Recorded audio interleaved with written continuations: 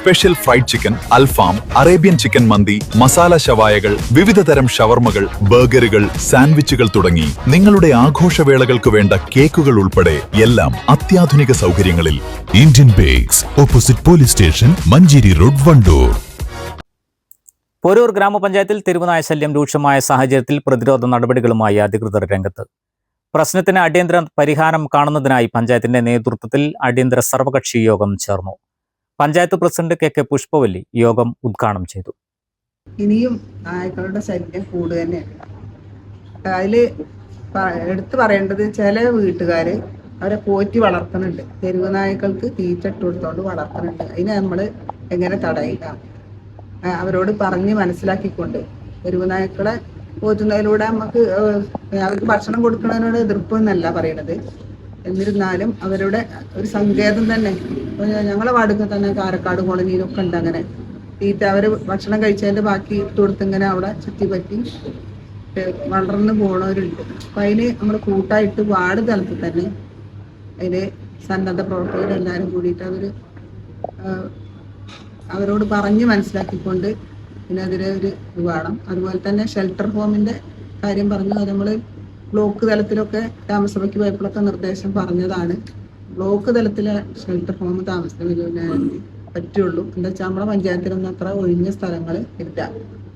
Block തലത്തിൽ ഉള്ള തന്നെ ഇപ്പം നിലവിൽ വന്നിട്ടില്ല. അത് എല്ലാ പഞ്ചായത്തുകളും കൊടുത്തൊരു നിർദ്ദേശമാണ് ബ്ലോക്ക് തലത്തിലൊരു ഷെൽട്ടർ ഹോം ആണ്.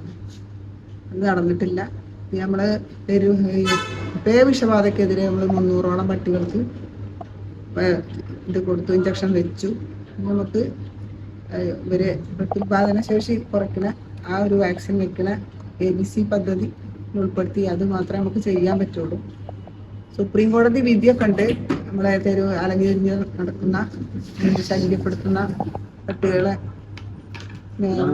കൊല്ലാന്നുള്ള അങ്ങനെ ഒരു പത്രത്തിലെ റിപ്പോർട്ട് വന്നു എന്നല്ലാതെ ഇതിന്റെ ഉത്തരവൊന്നും പഞ്ചായത്തിലേക്ക് എത്തിയിട്ടില്ല.